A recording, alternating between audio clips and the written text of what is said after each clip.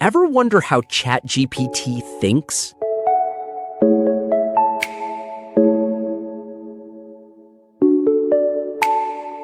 It's not magic. It's just really, really good at predicting the next word, like superpowered autocomplete. These models are trained on unimaginable amounts of text data from the entire internet.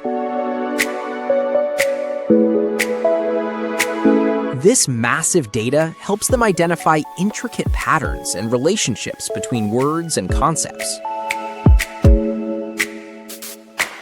When you ask a question, it predicts the most statistically probable next words to form a coherent response. It's a highly sophisticated statistical model, constantly calculating probabilities. But it doesn't truly understand meaning or possess consciousness like a human. This predictive power is incredibly versatile, yet it still has limitations. Thank you for watching.